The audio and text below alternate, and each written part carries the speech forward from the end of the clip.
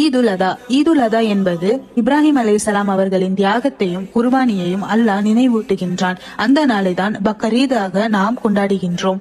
மற்றும் ஈதுல் அதாவை பற்றியும் குர்பானியை பற்றியும் அல்லாஹ் தன்னுடைய திருமறை குரானில் சூரா அல்-ஹஜ் 37வது வசனத்தில் இவ்வாறு கூறுகிறான். லை யனலல்லாஹு லஹுமுஹா வலதிமாஉஹா வலக்கின், அவர்களின் இறைச்சியோ ரத்தமோ அல்லாஹ்வை அடைவதில்லை, மற்றும் யனலுத் தக்வா மின்கும், அப்போ அல்லாஹ் நம்முடைய உள்ளத்தையும் எண்ணங்களையும் தான் பார்க்கக்கூடியவன். அல்லாஹ்வுடைய திருப்தி தான் மிகப்பெரிய திருப்தி என்று அல்லாஹ் கூறுகின்றான்.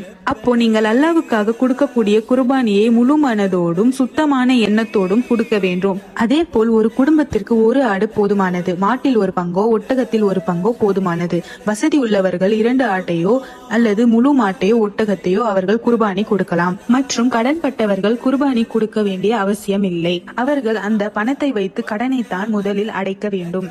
அதை விட்டு கடனை வாங்கி